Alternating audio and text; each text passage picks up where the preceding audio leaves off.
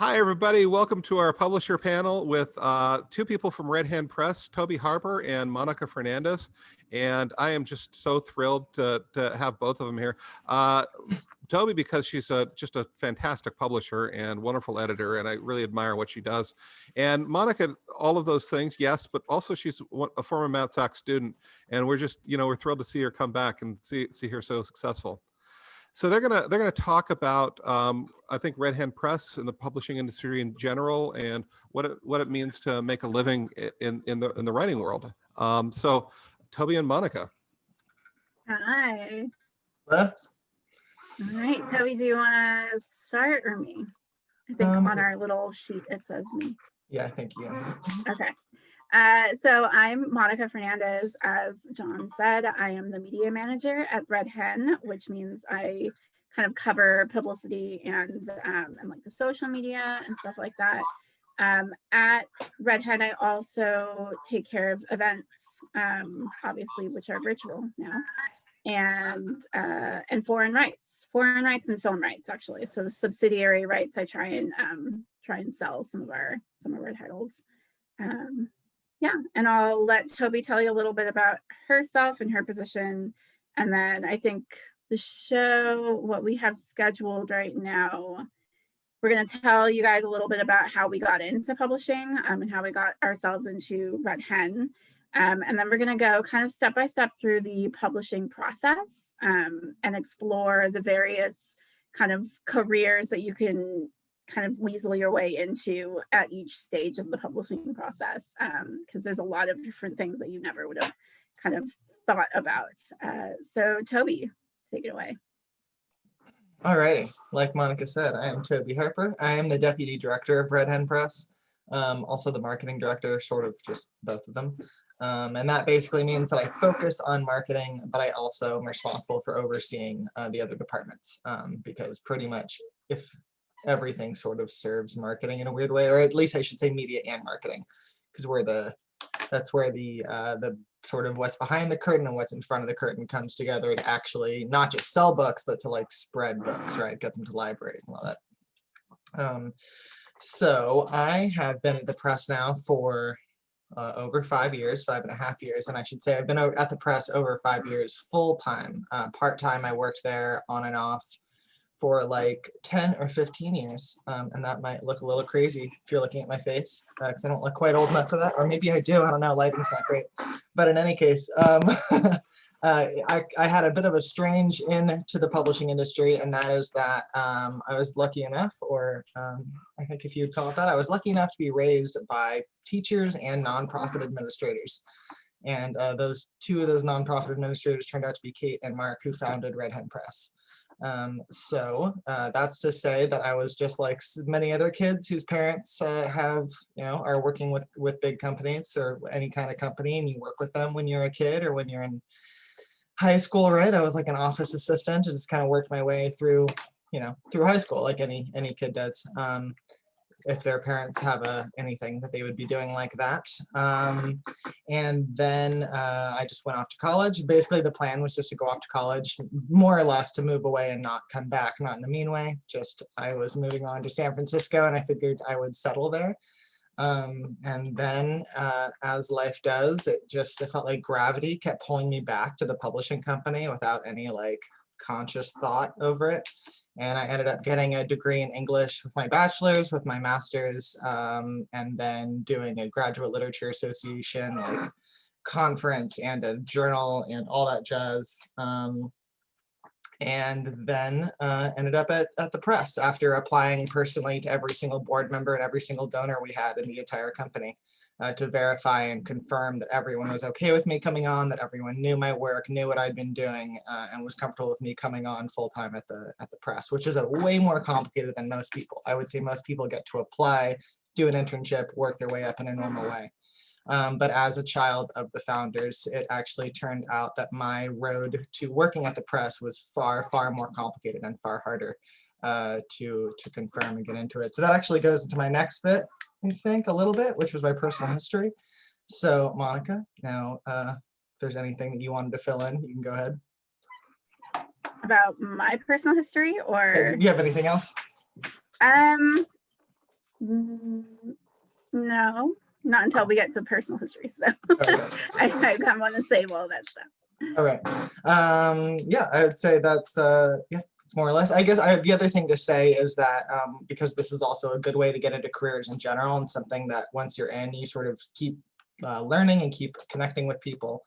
But that is like, I am now the publisher of the Los Angeles Review. I started off as the contributing editor about 5 years ago. Just sort of was helping out. And then, you know, as you are with any, if you're working with any journal or any company, right, you stay around long enough and then a position opens, an opportunity opens, and you, hopefully hardworking as you are, people can already know you. And so as positions opened up, or as work was needed, I jumped into those positions. And I also had the opportunity to found a queer editing series called Quill that now runs once a year. So I'd say those are all the things that I do now. And again, this is like sort of the culmination of 5 years full-time in the publishing industry, plus another about 5 or 10 years before part-time. Yeah, all right, back to Monica. All right, so I'll just tell you a little bit about how I got into Red Hen. Background on my education history: I have a bachelor's degree in English with an emphasis on creative writing from UC Irvine. Before that, I actually, as John said, I went to Mount SAC for 2 years, and that's how I got involved with the creative writing program there. And that's how I met John and Lloyd as well. After I graduated from UCI, I took a couple of years off, and then I got a master's degree in creative writing and publishing from City University London. So I'd actually gone over there, and the master's degree was only 1 year, so that was really really cool and simple. And part of my degree, I needed to take an internship at a publishing company somewhere in London. And all of my friends had gotten places at like Penguin Random House and HarperCollins and stuff, and I wasn't getting any bites, and I was feeling very sad. But then I was taken on by an independent publishing company called Head of Zeus, which was a really small company. And from there, I was able to learn pretty much every department. And I really, really enjoyed kind of learning all of that and feeling like my work was being valued and needed. So when I came home, I started looking for jobs, you know, as you do in New York, in the publishing industry in New York. And for a year, maybe a little bit more than that, I wasn't getting any bites, obviously, because I was here in California, and I'm sure New York has enough applicants from New York. So I just wasn't being seen. And then ironically, I had posted something on Facebook, kind of just saying like, oh, I miss what it felt like to work at an indie publisher. I really liked how small it was, and the camaraderie between the team and everything. And it was Anne, John's wife, who actually commented on the post and was like, have you heard of Red Hen Press? Because John's actually been published by them.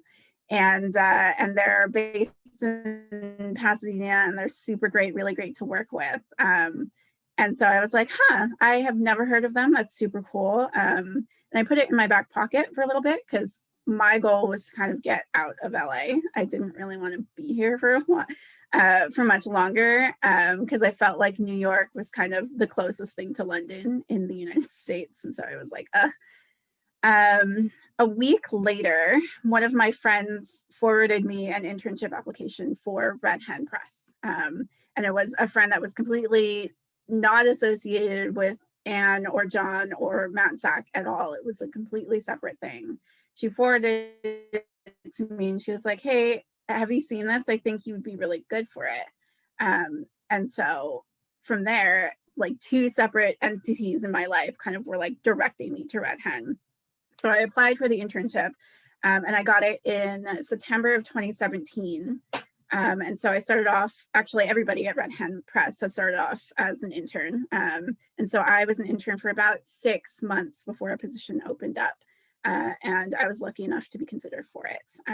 So that's kind of my journey through the publishing industry and how I got to Red Hen, and then Tobi can tell you a little, because Tobi, you'd already been hired pretty much by the time I came in, and you were kind of one of the factors that helped get me hired, right? Yeah, definitely.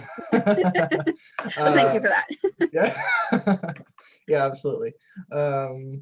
Yeah, I've been full-time since January 1st, 2015. No, not January, June 1st, 2015. In any case, yeah. So I would say that I sort of said my history before, but I'd say the things that you can see that are in common is obviously we both got BAs. We actually, me and Monica, correct me if I'm wrong, I think besides the execs, I think me and Monica are the only two to have masters at our publishing company, right? And that is to say actually that it's not a requirement. So we're the only two that have masters of any of the staff who work at the press, again, besides the execs, but they didn't get it to qualify as the execs at a publishing industry, right? I would say it probably helps that the managing editor has a PhD because she is insanely well read. I was just talking to her the other day and found out that she reads a minimum of 1 to 2 books every single day. Goals, I guess, goals. So yeah, that does help. But in terms of getting into the publishing industry, just to go through the education real fast. So a bachelor's does help. I would again say it's not required, depending on where you go, depending on flexibility, right? Master's, again, not at all required. It can be helpful depending on what you want to learn or what parts of it you want to learn. But I would say what is important is the networking that you do along the way, right? Like a lot of people ask, do you need an MFA? And what you really need is the networking that comes from that, right? So all the way along the way, like through college, like, making, even if it's just study buddies, like that study buddy is going to be your lifetime friend 10 years from now that reads all your manuscripts or reads over your resumes, And then in grad school, I signed up to be part of the Graduate Literature Association, and I signed up to help with a conference and to help with a journal, and all these little things really helped. And actually, weirdly, I think the biggest thing that helped me get into the publishing industry was something that had nothing to do with it. I was a computer tech for 4 years. But now having such a deep understanding of computers and technology and being able to walk authors through technology, whether they're 20 or literally 90, there are so many other skill sets you can gain, not at all from the publishing industry specifically, that can really help get into it. It's very much kind of like a jack of all trades kind of industry. It really helps to be pretty resourceful, especially if you want to work at a smaller company, of course. Yeah, so I think that's probably enough on personal history, although if there's any questions, of course, we can answer them later. So I'm going to jump into just a few tips and tricks that I have in terms of getting into the publishing industry. And again, we'll continue to go through and touch different departments about different, like, literal positions or different skills. But in terms of some skills, some of my important notes are, it says here, stay in your lane, but know all others. People misquote that quote from Roxane Gay a lot. It says, stay in your own lane. But if you read the rest of the quote, I don't know it exactly. I should probably write that down. But it's basically, stay in your lane unless you know what you're doing, is essentially the meaning of the quote. So that's sort of my rule for publishing, is like, do your job, understand your job, but please, like, do your best to understand what everyone around you is doing. Because if you don't really know what editorial is up to, then if I don't know what editorial is doing, then me as the marketing director has no chance of really understanding when materials are going to get to me, what state they'll be in, what to ask for along the way, right? So again, be a jack of all trades, but try your best to be an expert in your own specialty. If that means being in a Facebook group of other editors, or like whatever it is that's your passion, like connect with other people who do that, so you can learn what they did wrong or what they did right, along the way, to like help your own career. I'd say the most important thing is to read, whether you're a writer or an editor or a publisher. You've got to just read. Read your favorite genres if you can stand it. Read your least favorites now and then. Listen to audiobooks. Keep poetry at your bedside table, short stories by your bathtub, a novel like by your coffee cup, whatever you've got to do to sort of just like keep yourself up on all reading. It almost doesn't matter what you read, of course. it's helpful to read a little bit of everything, but just reading is fine. You will never meet anyone who's read everything you've read, and everyone around you who says, oh my God, I can't believe you didn't read such and such has certainly not read your very important such and such. So I think it's important to not be so worried about that, because just literally everyone, every day somebody says, oh, have you read such and such? And I have not, but they haven't read my such and such. So yeah, you just pass it back and forth. So just to say, you'll never read enough. Just enjoy yourself, read whenever you can. Yeah, you're all good. Also, again, obviously learn technology. That's probably one of my weirder tips, but don't be the person who can't attach a file.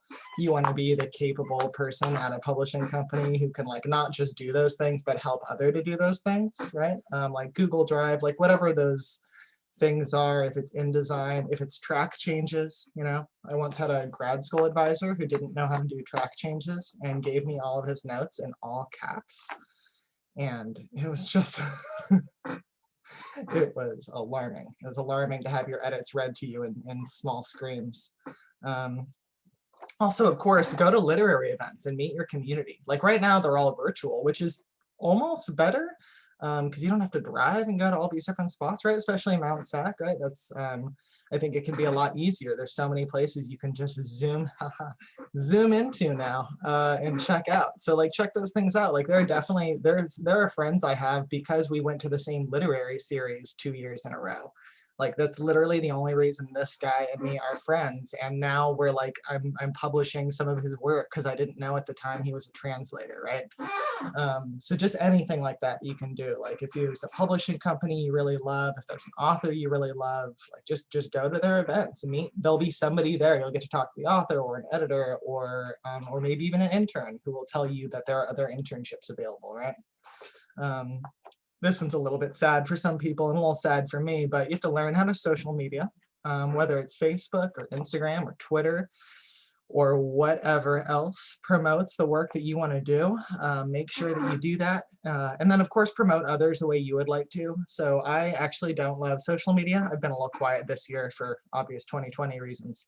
But I did pump up my social media when I got into the publishing industry, because I would love if other people would tag our events and post them and promote them and say, wow, this was such a great event, like loved such and such author.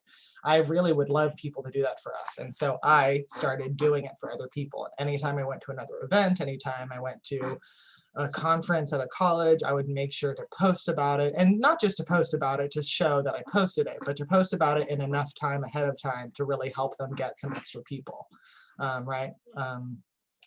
So again, social media is one of those golden rules. Do as you would want others to do for you. Also, if you can, try to keep it clean.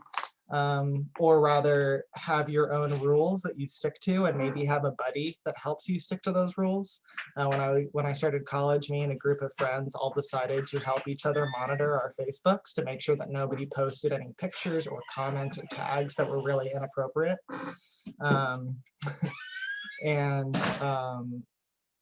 Yeah, and it's really helped. There have been a few times I've had a friend call me up and be like, yo, your buddy Megan just put up something on your Facebook that you need off your Facebook right now, and I'll go on, I'll delete it. And so it's helpful to have a buddy system there.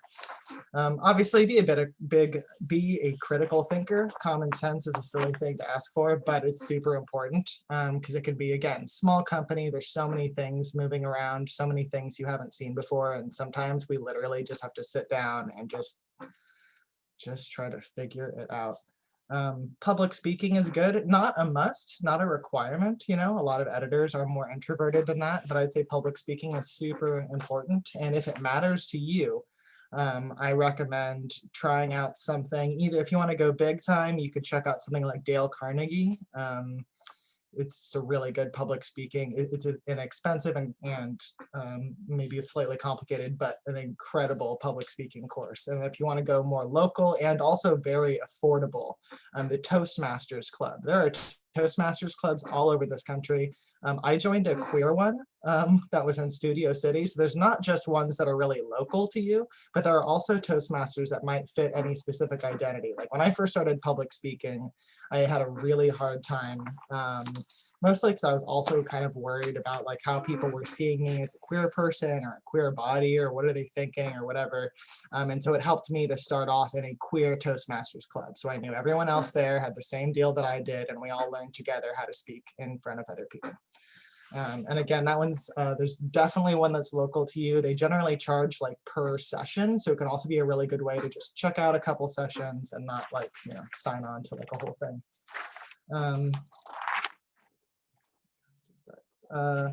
And then real fast, just to wrap this up, the publishing business, I'll write this in, but there's a book called The Publishing Business, A Guide to Starting Out and Getting On. By authors Kelvin Smith and Melanie Rumdarshan Gold. It's amazing. There's also a first edition that's cheaper, but publishing industry changes a lot, so I recommend a second. It doesn't give as much love to indies or nonprofits as I would like, but it does give a really, really thorough understanding of publishing, all the different sections, and how to make a career in publishing. Obviously, check out the Chicago Manual Style. You don't need to have the newest edition necessarily, but like make sure it's new enough that like, you know, the titles of books are in italics instead of like back in the time when they were underlined. Like I'd say the last few editions. If you learned, when I was in college, I learned MLA. So if you were one of those sad people that did that as well, you definitely have to learn Chicago Manual Style. I'm sorry, it wasn't that hard. It just took me a few years. And then of course, learn about other publishing companies. There are almost 30 in Los Angeles, maybe more. Last I counted, there were 30. There's a press called Skull and Wind Press that just opened in New Mexico like 1 year ago. So there are presses starting all the time. There's so many in Los Angeles, whether big or small, all across the country. I think I'll stop there for now. Let's see. And then Monica is going to tell us about writing and editing from a freelancer's point of view, yeah? Yeah, so before we get into the various careers that you can explore like in the publishing industry, I'm going to approach it a little bit from like a tangential perspective, which is kind of all of the little careers that you can explore that are connected to the publishing industry. So from a writer's perspective, that usually means like freelancing as an editor or becoming a literary agent. So those two things are pretty vital for an author. So you would be mostly working with an author if you're a freelance editor, and that means that you would be exposed to multiple different manuscripts, and you would just be kind of editing it for them. That hones your skills yourself, and then that also kind of helps you build relationships with these up and coming authors. Whether it's someone that's kind of just looking for like a dissertation to be edited, or someone that really needs like manuscript help or something like that, you will be able to explore that and get practice in like editing and everything.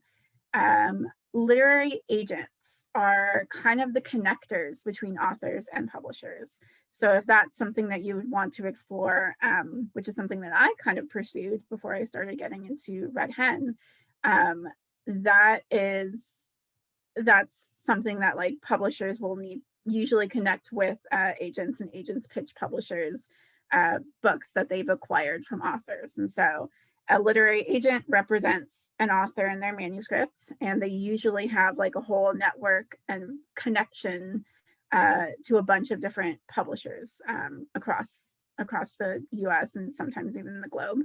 And what they do is that they pitch on behalf of the author, and that's pretty useful considering all of the big five and most indie presses require you to have an agent. Most publishers usually only take, they do not take unsolicited manuscripts, which means they don't take manuscripts unless an agent has pitched it to them. So literary agents are actually in very high demand for authors these days. So that might be something that you could look into if you don't really want to kind of be involved in like the daily processes of creating a book, but you want to be involved in having that kind of connection and making that happen for the author and for the publisher. It's kind of a nice little sandwich of making both people's dreams come true. You can make the author's dream come true by getting them connected with the publisher, and then the publisher can be really grateful to you for connecting them with a really great author, or like a best-selling author or something like that. So it's kind of like a mediary career path, if that's kind of what you wanted to pursue. So Tobi, I guess we can get started on kind of what happens as far as the editorial or the kind of publishing process after a manuscript has been accepted. So once a manuscript has been accepted, it goes through all of these different things in publishing, which Tobi will kick off right now. All right. And also I just wanted to, so yeah, going into that, I'm just going to say that we're obviously, Monica's worked at a couple presses. I've worked in a couple different capacity, but mostly at Red Hen. But when you're getting into the publishing industry, Monica was first saying that she was thinking of going to New York, right? That's where people say it's where publishing is. First of all, publishing is very quickly coming to the West Coast, and I'd say more strongly than it was. But also it's important to know that there's all different kinds of publishing companies. There's of course the big five, right? Penguin Random, Harper Collins, Simon & Schuster, Macmillan Publishers, and Hachette Book Group. So that's really big five, super corporate. If you're in editorial department, you're probably just copy editing every single day forever, or whatever department you're in. You're just like in your cubicle doing your thing, right? There's academic publishers, right? That usually means they're working with a publisher that's at a university.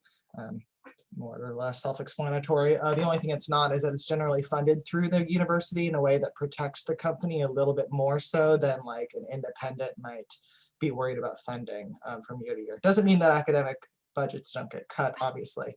But there's some level of protection there, I suppose. And of course, there's for-profit publishing and there's nonprofit publishing. And if I didn't say before, Red Hen is a nonprofit. And if there's questions about that, that can be very specific. So if there's questions that we'll do that later. And of course, the self-publishing, which I'll do my best to refer to continued career opportunities. So I would say whenever I talk to, actually, I wonder, I don't know if y'all can do this. Can anyone just, would y'all put in the chat if you have a specific career in mind, like whether you're planning on being like an editor, acquisitions editor, publisher, writer, like, yeah, Moontide is great. Cool.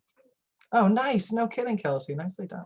But seriously, okay, writer, editors, yeah. I'd love to know anything you're even thinking about. You don't have to be like in stone whether you're going to do it or not. But it does help sometimes with our advice.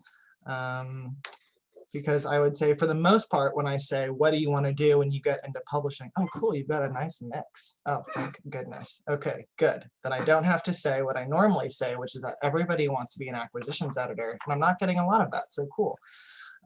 So not that nobody can be an acquisitions editor, but people tend to think, I don't know if you all ever saw 50 Shades of Grey, weird comment, but she has a very romantic idea of being an editor where she sits at a desk, she just got hired, and then people hand her big stacks of manuscripts, and all she has to do all day is just read manuscripts and tell people if she likes them or not. And that's not really how it goes, unfortunately. That would be cool.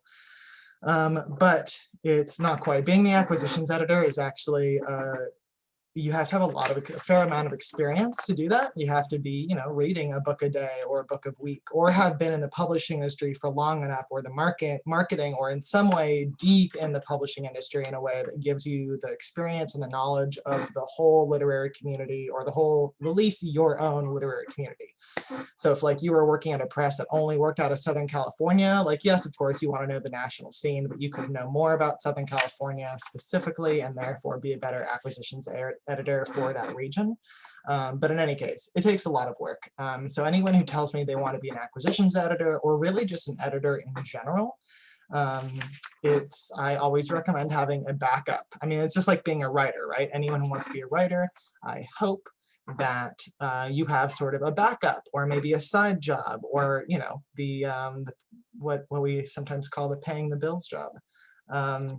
And that sort of the same thing with publishing. Like we had someone who was actually in Monica's position about a year before, who really wanted to go to New York no matter what, just like nothing else mattered to him. He really wanted to go to New York and be an editor. And so the first thing we did was put him into publicity. And he didn't want to go into publicity, and he didn't want to do anything else except for editing. And we knew there was just no way he was going to make it to New York with only experience as an editor. He had to be in something else. And the top two things I recommend are publicity or marketing, but I would say probably publicity. And if you're looking for nonprofits, I would say development and fundraising, because those are the two things that any publishing industry really needs. And especially with development and fundraising, that's obviously that's nonprofits more specifically, but it can also really help with your editorial work, right? Like maybe editing grants is not exactly what you want to do, but editing grants is going to make you really fast at editing, even on projects you don't really love necessarily, right? Which will again just continue to hone your experience and hone your skills in editing in general, and therefore make you more valuable to whatever company you work for. So basically the thing is, if you want to be an editor, if you want to be a writer, awesome, everyone can do it. Just make sure that you're reasonably like moving along, right? Like you don't quit this job before you get to the next one. Maybe you do, I don't know, but I don't have that kind of risk factor. But I would definitely say find another thing. And that doesn't mean you're giving up your dreams or you're delaying your dreams. That means you're fueling them, right? And I'd say that's one of the most important things, is to make sure you've got something on the side. Like marketing, when I got into publishing, I did not know that marketing was going to be where I ended up. And it's almost embarrassing to say that I really love it. I say it's embarrassing to say because saying that I'm into marketing sounds weird, but the truth is that marketing books, like knowing the in and out of every book, getting to talk to the authors, getting to talk to other people about books that I know they're going to love because they told me what kind of books they're into, like that is what I really love about it. So anyway, in terms of, yeah, I would just say look at another department, and we'll continue to go through the departments. So maybe you'll think about, oh, I kind of into that, kind of into that. Like there's a lot of people here who are talking about different positions you've had. Yeah, being a copy editor is obviously very helpful. Being a literary agent, oh, web designer, that's super cool. Being able to design books. If you're good at InDesign or you're good at designing books, that's a great way into the publishing industry. Because I'd say there are a lot of great presses out there that could use a little bit extra help designing their books and designing their covers and doing a really nice, proper job on the interior. So any of those things, I'd say the recent advice I got about your career is not just what you like or what you can see yourself doing, but to pick the path, the career, the creative career, where you not only do you like the career, but you like the minutia of the career, right? Like not only do you like photography, but you love spending 5 hours editing each of those photos. So like whether you're good at 100 things or 5 things, it's the one where you actually also love the process of the minutia that I think can really help you, give you the passion to get through it, to get through the hard parts, because no matter what a career, there will always be hard parts. Yeah, I think that's about it on the acquisitions editing. Monica, you're up. All right. I saw in the chat a lot of you guys are actually writers, which is, I forgot to mention that I actually started off in this whole process as a writer. John and Lloyd obviously know, but I was in the creative writing club at Mount SAC, and I've gotten a few short pieces published in literary magazines, like Rind Literary Magazine and Left Coast Review. So I know where you guys are coming from, and I'm glad that you guys are here, because learning about the publishing industry and kind of everything about it is really helpful for getting yourself kind of further ahead in your writing goals. Because when you understand the process, then you can kind of empathize a little bit more with kind of why things are taking a long time, or you just have some better ideas on the expectations of publishers versus the expectations publishers have on writers. So I just wanted to point that out. So the second step into what happens with the manuscript after it's accepted is kind of book production and design and obviously editing. So Tobi had spoken a little bit about editing. So book production and design, our production associate is pretty much more of a project manager. She keeps track of so many things. She kind of keeps track of the editorial schedule and making sure that our editors and our editorial interns are kind of working on pace to get things ready in time. And there's a bunch of timelines that we work towards. And then she also oversees the design department. And who was it that was saying something about design? Book production, Lily, and then the print designer, Sarah. So book design is a really interesting kind of career that you never would have kind of thought about before. And I had no idea about any of it until I started working at Red Hen. Red Hen, we're really honored to be able to design our covers and our interiors all in-house. We have some incredibly talented designers that we take on for internships and for kind of lead designer positions, and they are creative.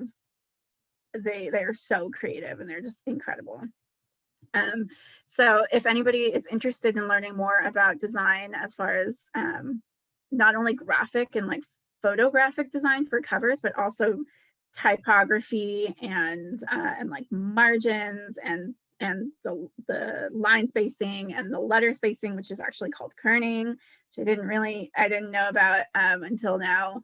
And all of that stuff, all the margins and all the glyphs and everything. Book production is definitely kind of where you're at, production and like design. So definitely try and get an internship somewhere in that field. Knowledge of InDesign and graphic design is pretty much required.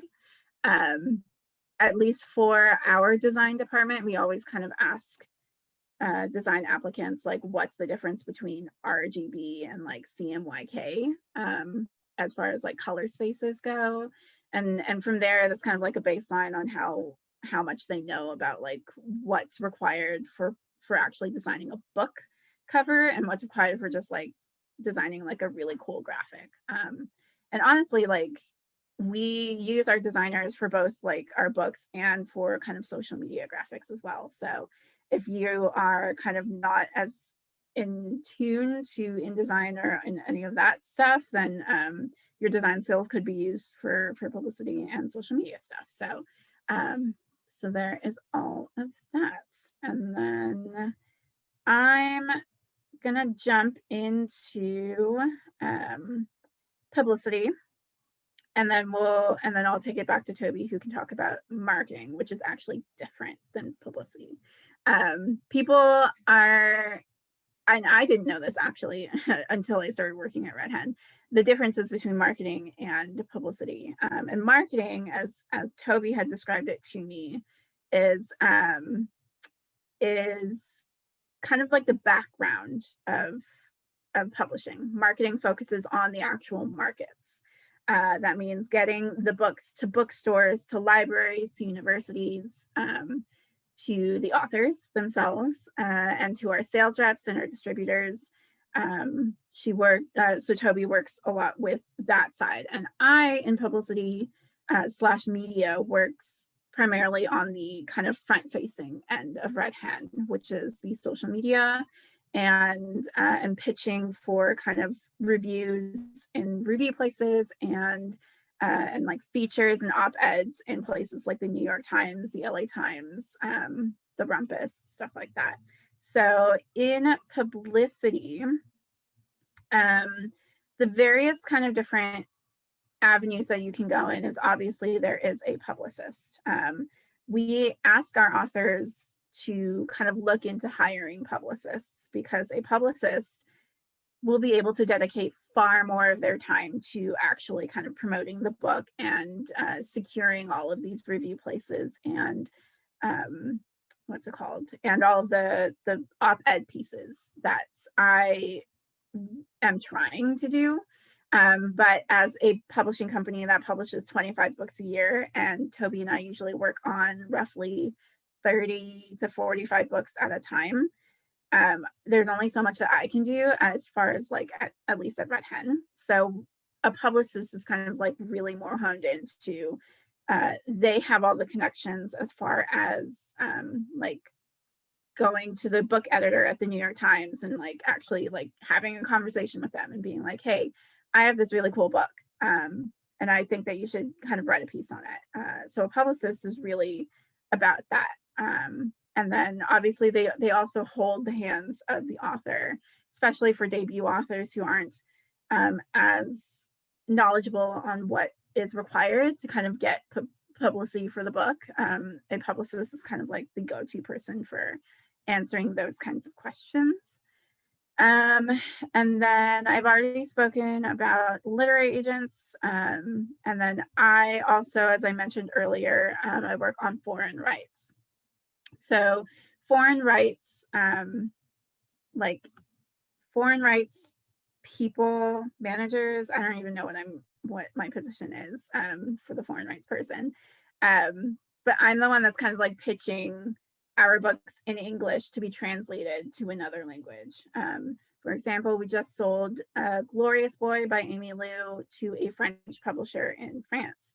And I was liaising with our French agent. So we have a connection with a French literary agent who represents publishers in a different country. And then they are the ones that kind of like go out to their network of foreign publishers in their country and are like, these publishers in the US, they have this really cool book. I think that it would be great for you.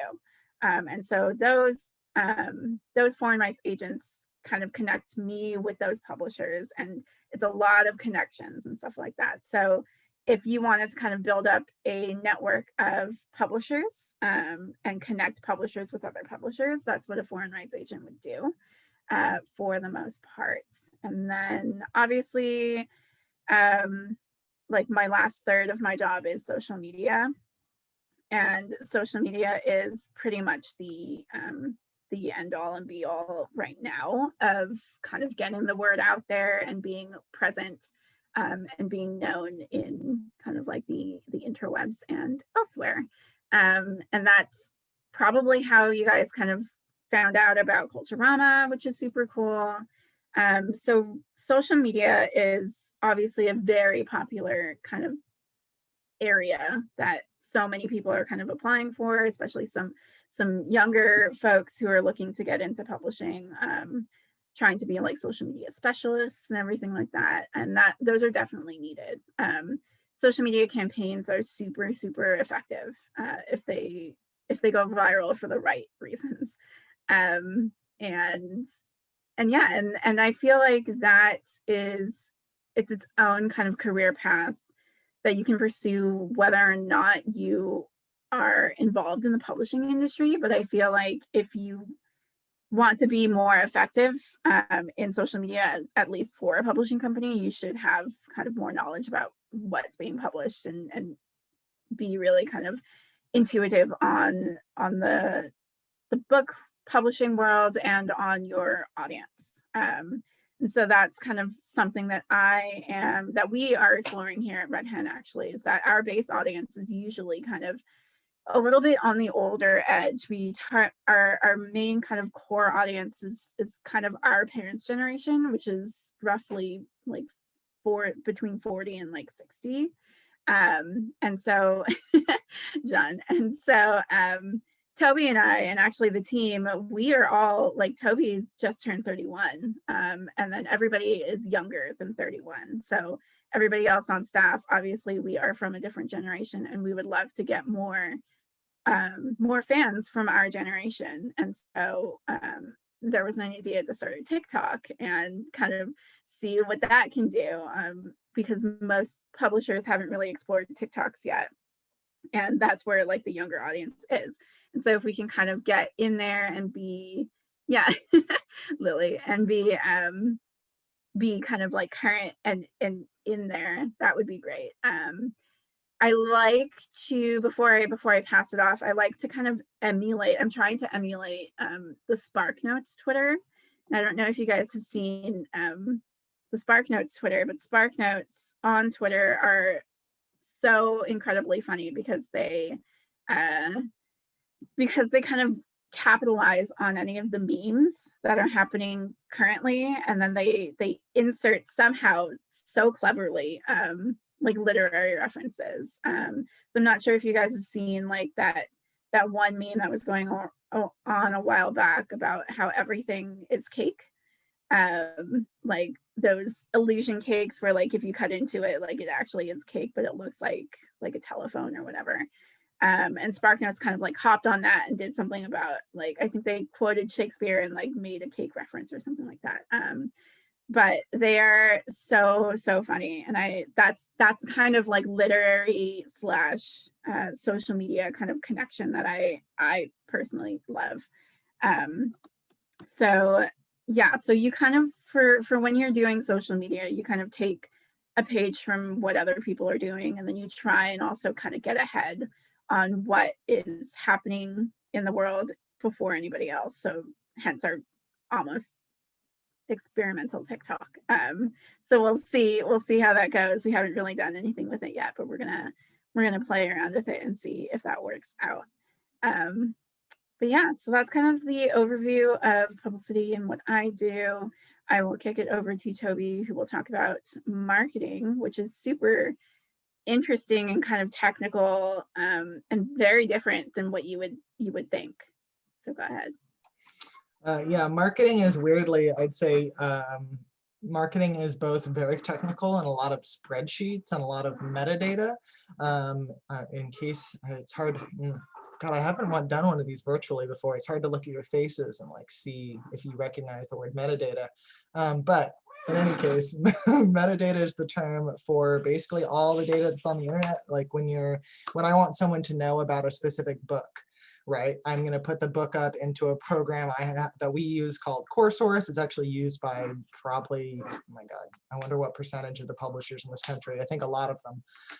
But I put in things like the bio for the author and the description of the book and how big the book is, 6 by 9, and how many pages, and all these little pieces of information that are necessary to sell a book, right? If a bookstore is going to order a carton of a book, they want to know how heavy it's going to be so they know the shipping, or they want to know, can I oh, that sounds like a great novel, but if the novel is 200 pages as opposed to 400 pages, the people selling it already know, like, all right, I'm not going to get as many people to buy a 400-page book from me, but I'll buy extra copies of that one with 200 copies. There's all these like little decisions, and that's not to say that people won't buy a 400-page book. I just mean that every bookstore, every bookseller knows their audience, and they know what they're looking for. So anyway, metadata is every single bit of information you could possibly think of or learn of about a book that I put into a program called CoreSource, and then is distributed digitally to Amazon and Barnes and Noble and IndieBound and every bookstore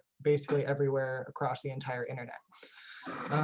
So what Monica was referring to is basically my job is to get the books to the booksellers. So the books to the bookstores, to the event coordinators, to the libraries, to make sure that when Monica puts out media like, hey, look at this new book, and a library says, whoa, that's a cool book, I want it, that I and marketing have set up every single channel possible so that all that librarian needs to do is go onto their own point of sale system and say that book and order it. Not that it's gotten mucked in the warehouse or that it didn't arrive in time enough for the shipping, right? So all that, while the production associate is sort of the person, or is the person who moved the process along, those deadlines fall on marketing. So that's part of why to be in marketing, you really need to be fairly experienced with at least a few, if not all, other departments. It's because you're just not, marketing does not survive unless all other departments are running efficiently, basically. So I would say marketing is one of the ones that I did not think I was going to like, but I just really turned out to like it. You talk to authors, obviously, but you end up really talking with all the other people that like you might not realize are in the publishing industry, right? Like every librarian, everyone you talk to at a bookstore, some of them might just be the person like, oh, I just clock in hourly. But even those people, first of all, of course, are working there and are selling books and are recommending books, but there's also people at bookstores who actually like literally make the book orders, like learn about new books and decide to order 5 of them or 10 of them based on how many they think they can hand sell to someone, right? So there's just, oh God, there's just so many different ways to get into publishing, but marketing specifically, focusing. Marketing can really just be in so many different ways. I get to work, so I have to both be detailed enough to make sure all this data is correct and edited and getting to the right places, but also outgoing enough to go to conferences in, you know, eventually London and Guadalajara and Frankfurt, to go to like I will like the marketing person, rather, I guess that could be marketing or media, right? Like in terms of someone going to a foreign rights agency or foreign rights conference. But for the most part, I have to be both very detail oriented and very outgoing in order to convince not just an individual person. I'm not just convincing one person to buy a book. I'm convincing one person to buy 20 of the same book, and then to convince another 20 people to buy each of those books. So that can definitely be a thing in itself. And that actually kind of goes into distribution, right?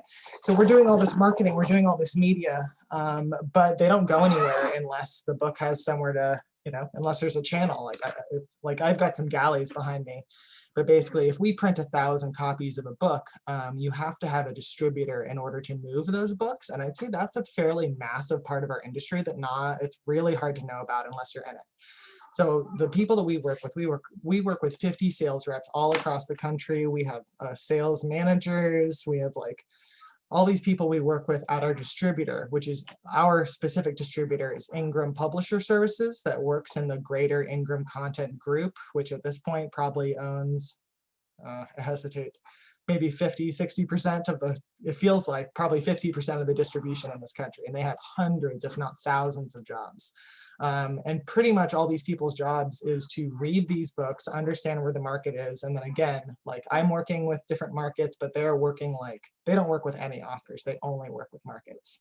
And so that's a way that you cannot be at a specific publisher. Like you could be reading books from 100 different publishers and selling those 100 publishers of books to the same librarians, bookstores, and all that. So the marketing can be as small as a 2-person publishing company or as big as a thousands and thousands person distribution company.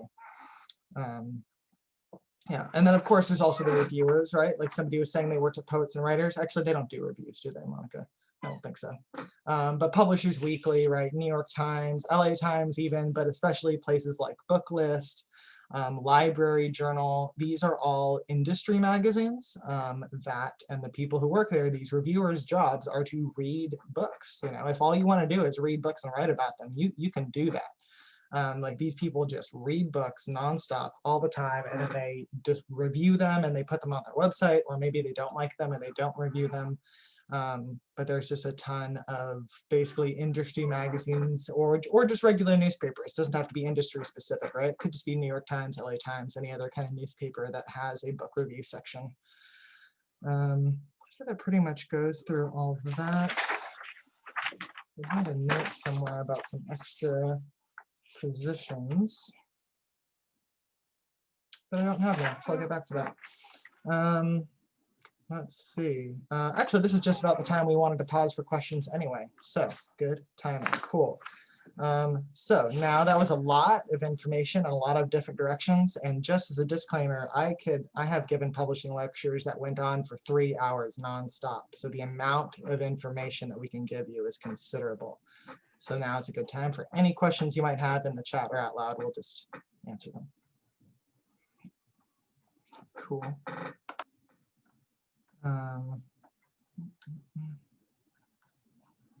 So far. Let me see if I can find those notes then.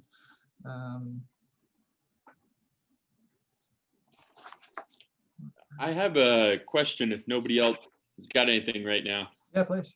Yeah, I was wondering if you could speak on what differentiates a good or bad either publishing company or an agent, like what kind of pitfalls to look out for in the process? Good question. Yeah, that's a good question. Pitfalls. That's a good one. I have a really easy. I have a quick answer, and then we'll see if we can get more detailed. But I'd say the two easiest answers are, weirdly enough, just whether you like them or not, whether you like the vibe or the aesthetic is actually weirdly the top thing, right? Like any book, like if I have a book that I love more than life, Monica might hate it, and that doesn't mean it's a bad book, right? It just means that it's like my style book. Monica doesn't dig that style book. So that's like the easy, quick answer. I would say in terms of pitfalls, I would say this is my vibe. My vibe is to work with nice people. And that is not as easy as it sounds all the time. But I would say that there are, like, there's different people's styles. Like I've worked with publishers, like we are a publisher obviously, but we work with a lot of other publishing companies for lots of different reasons, events or conferences or whatever it is. And I've definitely worked with some whose style was kind of cold and a little, just a little bit cold and a little bit intense, and it was just not my vibe. And like that was clearly, you could kind of see it in the designs, you could see it in their social media. They just had kind of a straightforward, little bit, for my vibe, kind of a cold vibe, and I just didn't dig it. So I don't work with them as much, right? So that's sort of an easy one. But really, like, if you don't like their vibe, keep in mind, if you are a publisher and you're publishing a book, like, I mean, I have a timeline I might show depending on questions. But like, you're working with that author at least 2 years before it even pubs, and then for a solid year after it pubs, and then kind of forever, right? Until their book goes out of print or something. So when you're working with a writer or an editor or a publisher, it's not just like a one-off, like, oh, here's my money and here's the soda. You are like with that person making big decisions for probably at least 2 or 3 years. So weirdly, yeah. Relationship, you want to make sure that it's okay. Yeah, you want to make sure you're gonna like it, right? Like you're willing to sign up with someone for, I mean, you're willing to sign up with someone for 3 years or so. Yeah, definitely. That is just some advice for all of you writers who are hoping to get published. If you're working on like longer things and you kind of want to get a book published, definitely be nice to your publisher. Please, like, a lot of, and we understand a lot of authors, especially debut authors, get really, really intense with their manuscript because they kind of want to micromanage everything and make sure that this artwork is used on the cover, or like this font is used, or like not this color, or just so many things. And all writers need, and this is obviously something that I've also learned working with writers from this side of the table, as opposed to being a writer trying to get stuff published. All writers need to understand that all publishers pretty much know what they're doing, for the most part. So when it comes to like book cover design, if an author kind of comes to us with our work and we say that's not going to work, that's because we've communicated with booksellers and sales reps who know the markets and know like the nuances of book cover design and what's going to attract people. It's not because like we just think it's ugly artwork. Like sometimes it's not. Sometimes it's really cool artwork and we really want to use it, but we just can't because it wouldn't make a good book cover. Other times authors have been kind of really intense on making sure that we kind of contact certain people in publicity, or make sure that we kind of reach these charts or get the bestseller like title or something like that. And a lot of authors kind of don't understand that so much of that is outside of our control. There's so much that we do to try and make that happen, but there are no guarantees, especially in publishing, that things are going to go the ways that we think they will or that you hope they will. So something that we always tell our authors from the get-go when we're working with them is that this is a partnership between us, between the author and the publisher. And like sometimes we've worked with authors who have thought that it was more transactional and that we worked for them, which is not really the case, because like we don't answer to the author, like they don't tell us like, oh, do this, and like we do it. Like they're not our bosses, essentially. It needs to be kind of like a respectful partnership. There needs to be an understanding that like the publisher knows kind of what we're doing, and a little bit of trust on the author's part. If they're anxious, then we would happily kind of explain why things are going the way that they're going, but just don't get mean, and don't get like micromanagey, and just don't, because that obviously leaves a bad taste in your publisher's mouth, and then that kind of makes it really difficult for us to work with you again, if you write another book or anything like that. So yeah, as advice for writers is just to be nice people. Yeah, yeah, You it's wouldn't think that would be needed, but oh man. it is so needed. I mean, the publishing industry is I mean, just the writers world, right? But like the publishing industry is so small. And so if somebody sends an email and they're nasty to Monica, you think I'm not going to know within 5 seconds? Like, I am going to know so fast. We have a staff team of 9 people. If someone's abusing our production associate, we all know within 5 minutes. And we are now, it doesn't mean like, oh, we're going to stop working with the author. Like, there's probably already a contract in place, but we will all be very careful with that author. And we won't be able to invite them to extra cool things like a conference or a book reading, because we know that one of the authors is sensitive, and we know that they're going to rub them wrong because because they can get mean when they get upset, right? So it's kind of like for anything, right? But because the publishing world is so small, like, you make one nasty comment to an intern and you had no idea that intern's like aunt is Janet Fitch or something, right? And again, doesn't mean you're like blacklisted or something, but just God, it's so sad how much time we've spent saying please be nice, but please be nice. Gosh, I feel like there was another thing I was going to say. So yes, I agree. Most publishers do know what they're doing, but I would say not that a smaller publisher doesn't. It's just that a smaller publisher is often very new. Not always, right? Like White Pine Press has been around for like 30 years, and they're not new. They're just small. But I would say that, yeah, for the most part, we do, like, we've been doing covers forever. Like, there are so many times people have sent us artwork and they're like, this has to be my cover. And I'm like, gosh, that is a great painting, and it will be a horrible cover. Like, I can't even sell it. I don't know what you're doing to me. Or like titles. Some people get really hung up about titles, and sometimes we have to be careful. I'm just going to say it. I'm going to say the title. We had a title once that came in, and it was a really good book, and it was called Dog Relations, about an interspecies family. And it was about someone who really loved their dogs, and their dog saved their life through a traumatic experience. But the title was Dog Relations, and it took us a while to convince her why that wasn't okay, and why we had to change it completely, right? So there could be moments like that. Yeah, I remember I read the subtitle. It was the original's proposed subtitle was like something about like tales from an interspecies family. And I went over, like, I literally walked over to my editorial, to our editorial assistant's office, and I was like, Rebecca, have you read this book? And she was like, yeah. And I was like, what is it about?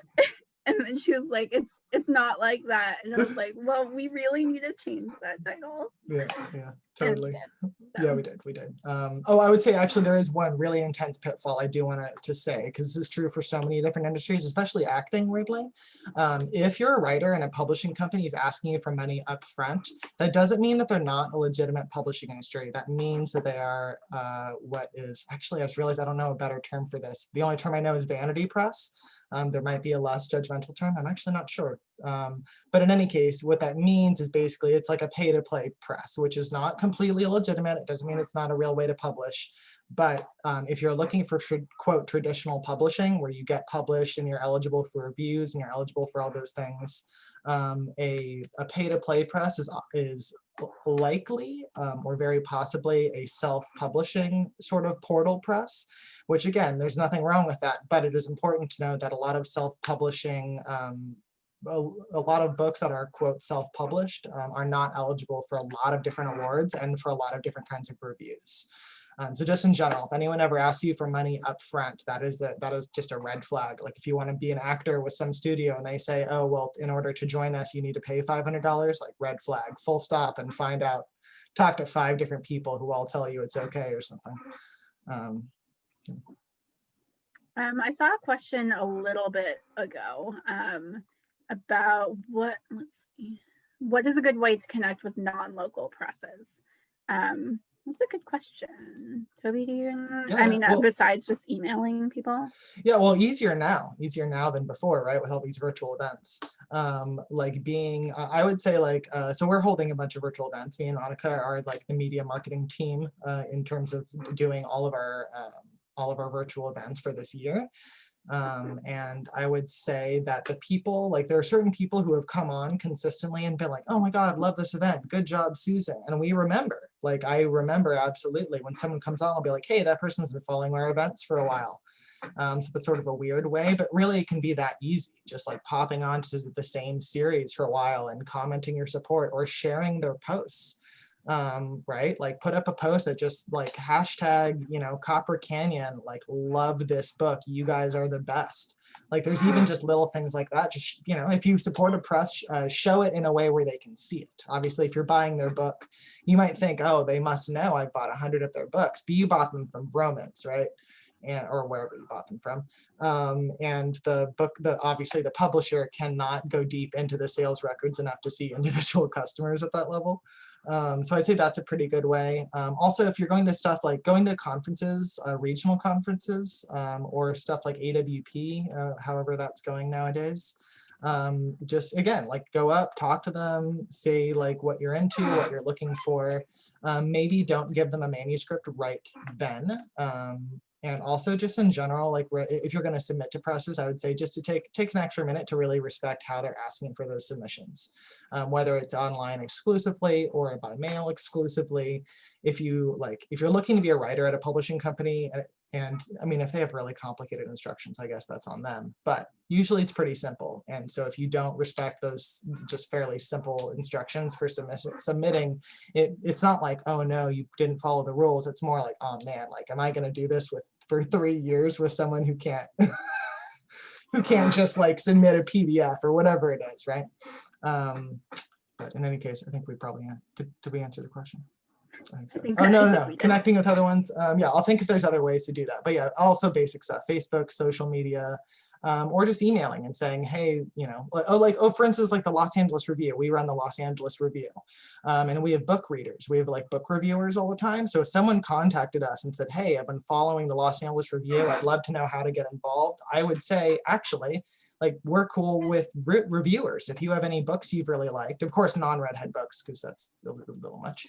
If you have any non-Red Hen books you really like and you want to write a page about it and review it, send it in, and then our book review editors will review it and decide to publish it or not. So there's also like, there could be little opportunities like that. We've had so many people reach out and say, hey, I'd love to get involved. This is where I am. What can I do? And because of one of those emails, I now have an intern who works with me in my queer publishing series who lives out of Florida. And that's pretty uncommon to have an offsite one, but you don't know until you touch base, right? You're not going to know unless you ask. Yeah. Any more questions? I saw in the chat there was some conversation about InDesign versus Illustrator. But I think as far as Red Hen is concerned, we design our book covers and interiors on InDesign. But I think that there's no rule against using Illustrator for cover designs, right? Yeah, I think we've had designers use Illustrator before my time, because I've seen some files that were like saved as Illustrator files. So whatever kind of floats your boat, and whatever obviously the publishing company kind of uses as a standard. And any design intern actually that comes our way uses, we all use InDesign, and they actually get tutorials, like lessons from Mark, who's our publisher and lead design and head designer, which is very cool and very informative. And he kind of talks, his lecture style is very long-winded, and it could last like an hour or more. Lots of stories. Yeah, so many stories, which is really fun. Like, he's a great storyteller. So, and you learn a lot about like publishing and the history of the industry and everything like that. But yeah, like at least for Red Hen, we have a really cool kind of way that people can learn about design and stuff. And that's through tutorials with Mark. Yeah. And sometimes I'm a little jealous that I don't get to sit in on those because Yeah, neither do I. Oh, We should they're just so jump cool. in on one of them. yeah, I know, right? Yeah, totally. Yeah, InDesign. I would say at this point, generally Illustrator and Photoshop are used to create elements of the design that we then bring into InDesign. Mostly because InDesign just has export functions that are just really, really made for books. Like, because they get the bleed, like you can export it into the correct, and especially for covers, you have to have like a, trim, bleed, all these things to sort of, so that the cover kind of bleeds out farther than it really will, because of course they're going to cut it with a big old machine. Quick comment, Kelsey didn't ask a question, but I'm going to answer it anyway. Kelsey, you're saying that you're thinking about sending out announcements to publications that have published poems in your new book. Yes, absolutely. That is one of the top things we do. At the point that a book is coming out, we send a copy of that book to every single person who published any of the pieces in that book, because that's a really great way to get reviews, because they're not going to like republish a piece of it. They will do reviews for it, or at least they're way more likely to, because they're going to say, hey, like, previous, like one poem in this book previously published by us, like check this book out. They've already given it a little stamp of approval. So it'd almost be silly if they didn't review it. Although that's not to say that they absolutely will. Just like Monica was saying before, in terms of reviews, we've had authors who really are just like, oh, why can't I get a review?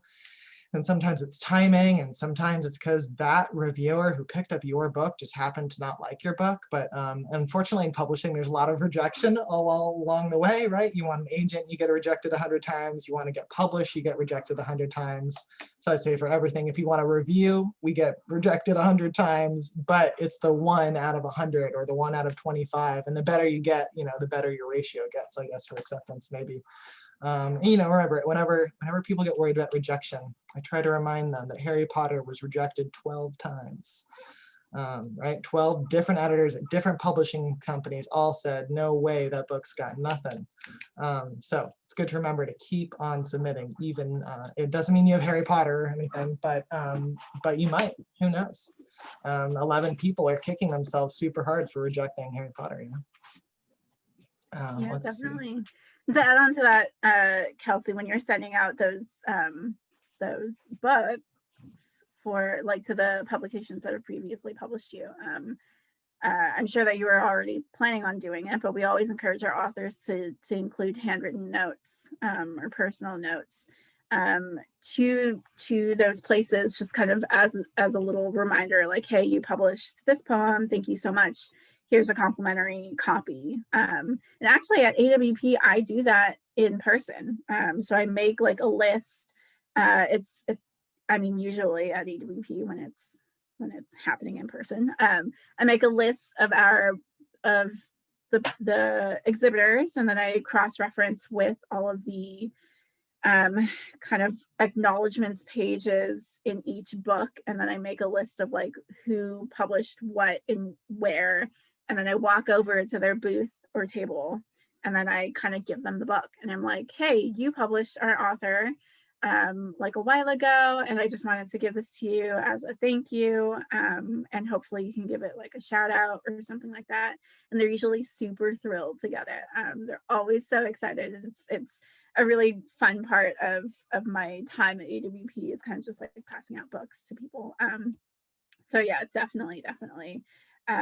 If you are a writer and you are getting a book published and you've had things from that book kind of previously published in other places, those places will be very happy to receive final copies of your book. So yeah. All right, Sarah's got a really good question. Does publishing individual poems that are part of a poetry book you plan to release later a good strategy, or can that imperil your book's release? That is an amazing strategy. That's actually the very top strategy I tell any writer who's trying to get published, is to get individual pieces published, whether it's individual poems or short stories or an excerpt of your novel. Like one chapter that you've really dialed in and almost as a standalone. Doesn't have to be a standalone. It can say excerpt from such and such, I guess.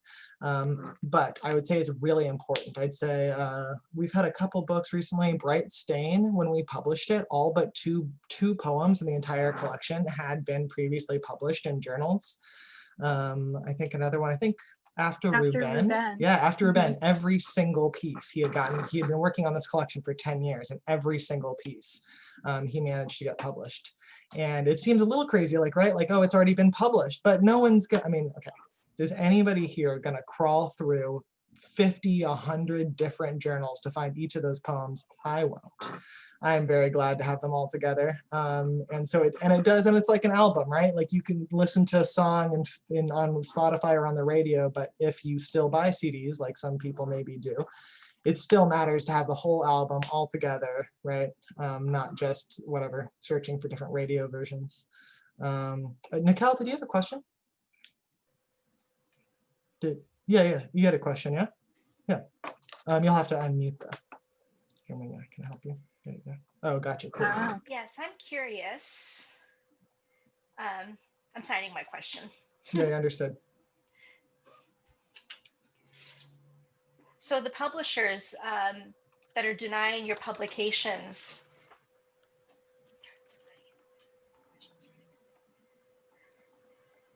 so what is it that they're denying them for? What reasons are they using for their denying of the publications? Of like publishing like a book? Like, are we talking about like a whole book at a book publishing company? Yeah.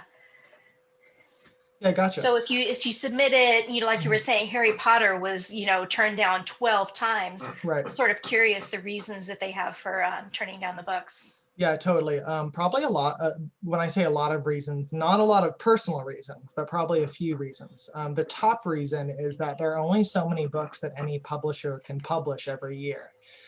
So at Red Hen, we're publishing like 25 a year. Sometimes it stretches up to 30, but really there's 9 of us. There's 9 of us full time.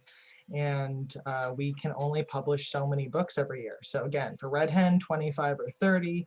For a big 5, even if they're publishing, actually, I don't know how many they publish a year. Even if it's 500, even if it's 10,000, there are still a million writers who are submitting books in all different directions. So sometimes it's just volume. Sometimes it's because somebody sent a cookbook to us and we simply don't publish cookbooks. We make very clear that, I mean, if you look on our website, I don't think you'll find any cookbooks. So sometimes it's just that people didn't quite like realize what they're publishing. Like people often assume that we can publish children's books, and of course we technically can, but like we don't have the market for it. We don't have the distribution for it, right? We're not connected with children's bookstores. We're connected with adult bookstores. So it can be as simple as just not a match. It can be just as simple as they're looking for a very specific aesthetic, and your work just doesn't quite. Maybe it needs more editing. I'd say actually the top reason that I would think of, assuming that there is room on the schedule, is that the work is not edited well enough. So a lot of people, like I've heard a lot of people tell me like, oh, I haven't really had anyone look at this. I think it's pretty good. I've edited it a lot and now I'm sending it around. And if you're the only one who's looked at it, you've got to show it. Show it to your teachers, show it to your classmates, show it to your buddies, show it to anybody else, but get some serious objective opinions about it. So I'd say having it not be well edited enough, not being the right publishing company, and also just sometimes it's just completely impersonal. They just don't have enough room in the schedule, and somehow your book is just not quite what they were looking for. So it's really, I would say the best thing I heard was actually from an intern at lunch. We were all sitting down together, and actually rather as I walked in, I heard someone say very sadly that they had gotten their 15th rejection for a short story. And their friend was like, 15th? You've got to be rejected at least 100 times before you're ever going to be accepted. And I thought that was weirdly some of the best advice I had heard, is that you will get rejected, a bunch of times, but you don't need 100 different publishers for your book, right? You really only need one. In fact, that's kind of how it goes. So all you need to do is just get that one, keep on working it. If you feel like you've been getting a lot of rejections, maybe do some more editing, work on a different piece for a while. But if you know in your heart of hearts that is a good book and it deserves to be published, then all you've got to do is find the right publisher. Yeah, everybody gets rejected. There is nobody in the publishing industry that has not been rejected 100 times, 1,000 times. I don't know if any of you saw the L Word, but there's a scene where the writer in that in that show, the writer it like gets a rejection letter, and she like you see her sadly tack it to the wall, and then the screen like pulls out, and her whole office is wallpapered with the rejection letters she's gotten. Weird reason. Maybe don't watch L Word for that, but seriously, that is like. That's about as good of a representation I've seen of the writing industry on a television show. Yeah, I would also add that it takes a long time. One of our authors had almost given up on her book, Chelsea Catherine, and then I think she'd been submitting it for like 10 years to places, and it just wasn't working. And then she saw our award, actually. Red Hen has how many? 10? Yeah, I think we've got, oh gosh, maybe we just added another one this year. So maybe around 11 book publication awards. Book publication awards in various genres. So she submitted to the Quill Queer Prose Award, which focuses on obviously prose from queer writers. And she submitted it kind of on a whim. She was really about to give up on the book, and then it won the prize and it was published. It was published this year, actually.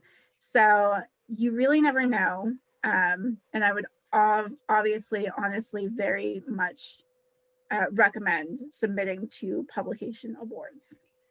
Awards are really great ways to kind of narrow down like your chances of getting noticed, because you're not in the slush pile. You're kind of being considered for something else. Obviously your manuscript will have to be like stellar, but by then, like, hopefully you've been kind of working on it for years and years, and it'll be, top of the line. But yeah, definitely submitting to publication awards.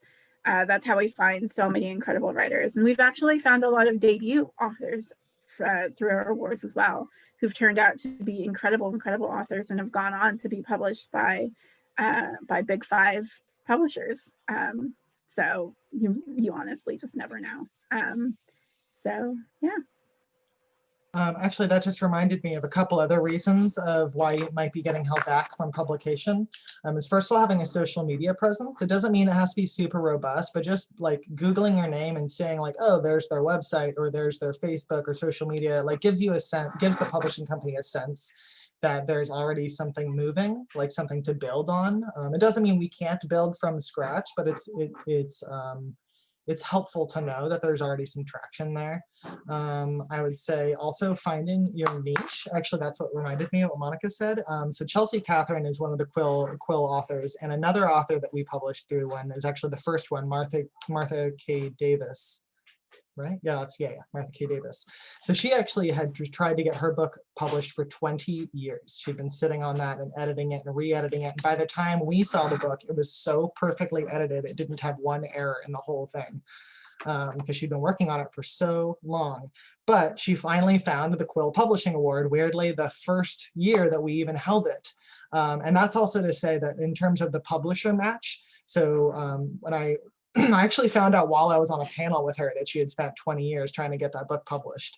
And she said that when she first started to get it published, it was so queer that nobody would touch it. And now she feels like everything's so queer that her book wasn't queer enough, and that's why it wasn't getting published.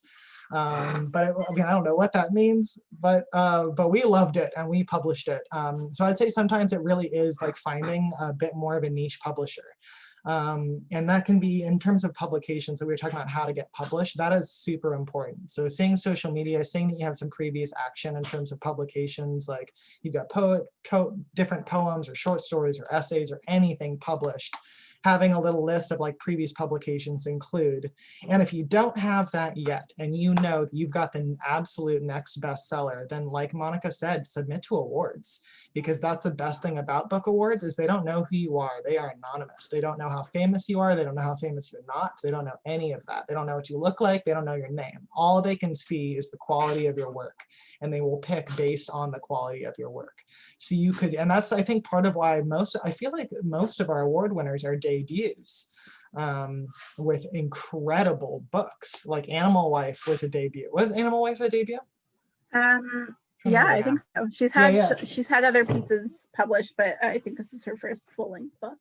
Yeah, right. So this book right here, this was our fiction award. Really cool cover, and also is like one of our best sellers of the season. Where do you find award programs? Actually, that is it. Is it Publishers Weekly or Poets and Writers that have such a great list in the back of every issue? Poets and Writers. Yeah, has Poets an and Writers, incredible list. Yeah, Poets and Writers is fantastic. Actually, if you were going to pick one industry, please don't tell any of them I said this, but pick Poets and Writers. They're a really great industry magazine. Yeah, I would definitely say Poets and Writers is your best, and also just online. You don't have to like order the magazine, but online they have a huge database of all the different ones. You can say it's prose or novel. You can like zone it into your genre, see deadlines. Yeah, totally. So I'd say all those are all ways to get published. Sarah had a good question about, is there a series of levels to publication? She's gotten published by a community college lit journal and some websites. And the first acceptance doesn't have to be the New York Times, right? Of course not. It does not have to be the New York Times. Actually, getting smaller pieces in smaller lit mags is pretty much kind of the way to go. When we're considering manuscripts, we do kind of look at like their previous publication list. And we are, we see things that obviously you kind of want to move up a little in the tiers. I would probably, like local first and then expand from there. What other, like Ziziva is a really good kind of magazine that pops up in most of our authors' kind of acknowledgements page. What else? Yeah, I would say there's also, so weirdly, we were talking about AWP earlier. So there's so many different literary journals and publications, but there's also places like AWP that actually give awards to different journals and publications. So I'll see if I can find one in the next couple of minutes. But they'll give awards. So anyway, it's a good way to find other ones like that to check out. Or just like go to places like, there's Los Angeles Review of Books, the New York Review of Books. You can just sort of like check these people out on Twitter or anything like that. And again, those are maybe slightly bigger names, but I'd say, yeah, start local. And it's not like, oh, when you start local, you'll leave them behind. Like, let's say you start at your most local one, and then you get to the Valley Times, and then the LA, okay, I was about to say the LA Times, but I'm just going to be honest. Even if you are absolutely famous, getting published by the LA Times or the New York Times is so insanely difficult. Like when we publish Erica Jong, and if any of you know who Erica Jong is, she is quite famous in terms of the literary world. And I think we got like a line about her in the New York Times when her latest book came out, like a line. And this person's been published in like 50 different countries or something. So New York Times, kind of crazy and possible, though I'm going to say technically possible with quotes, but to please don't beat yourself up if you can't get published by the New York Times, the LA Times. Yeah.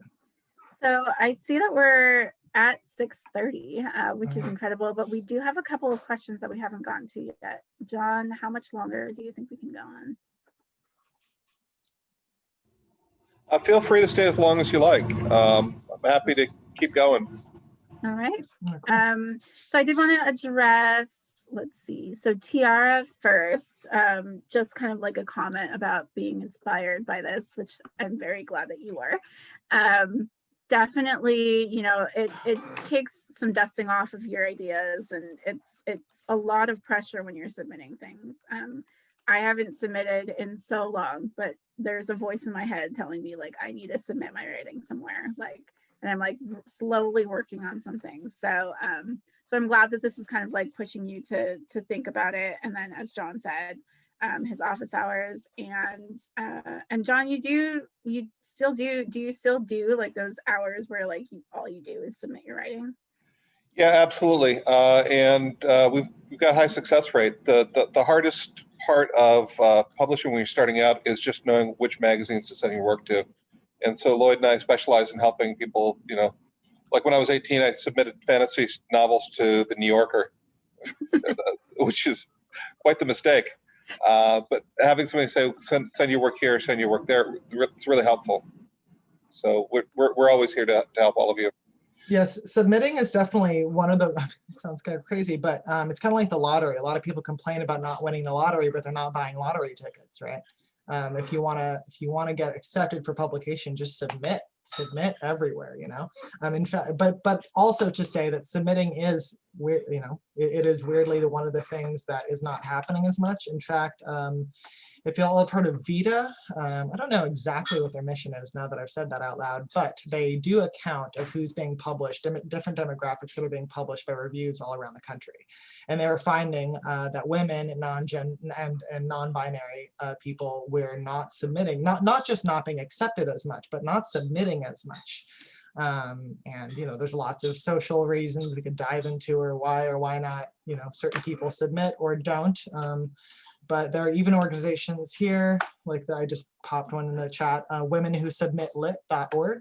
That one, they're local, they're in like Los Angeles. I'm just a really big fan of what they do, which is literally like their whole organization's purpose is just to get women and non-binary people together to like be a support community, and all they're allowed to do during their 4-hour sessions once a month is submit work. You're not allowed to write, you're not allowed to edit.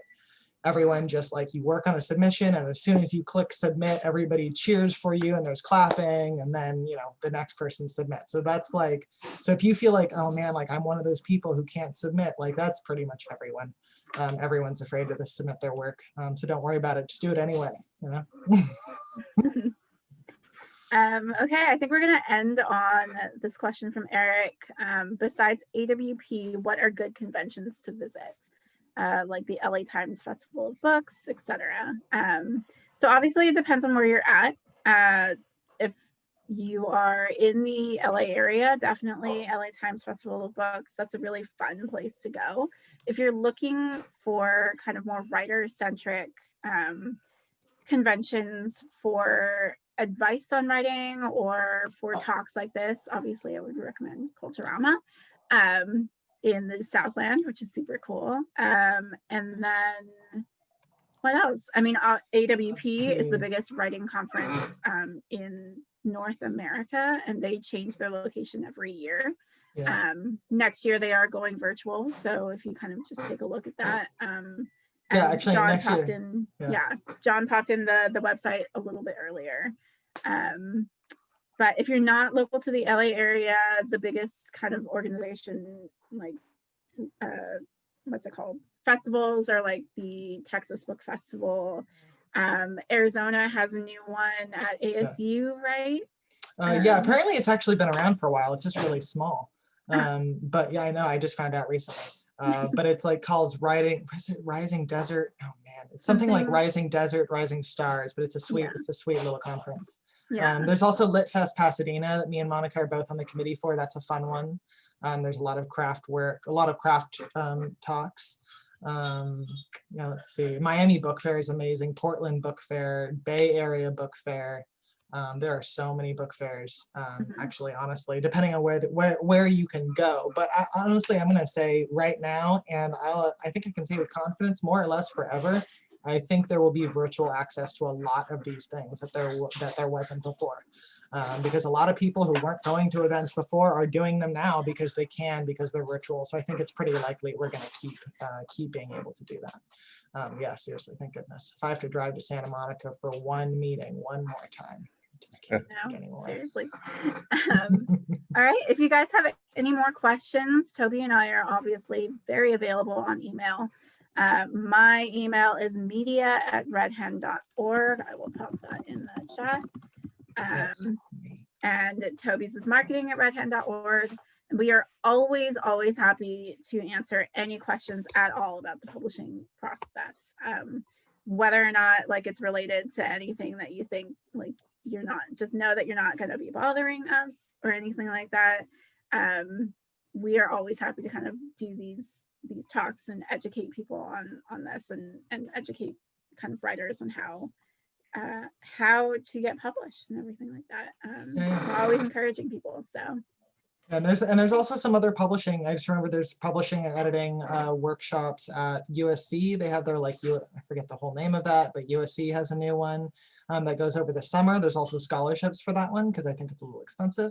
And then also UCLA Extension Program has a publishing and editing certificate that I can't believe I haven't mentioned because I teach in it. And I teach intro to editing and publishing and developmental editing. But it's a whole certificate with all sorts of different people. You could learn about agenting, you can learn about editing, you can learn about any different aspect or the whole thing. But that one, I would say that one's more affordable. But also just to say that yes, it is through UCLA's extension program, UCLA Extension Writers Program. I can write that down as well. But that is to say that everything we've said today can also be stretched into a 10-week class. So there is so many things we have not been able to cover. So anything else you have questions about or want clarification, please feel free to let us know in any way. Email or sticking on or anything like that. Cool. Well, thank you all so much for being here. Yeah. Thank you guys so much. It's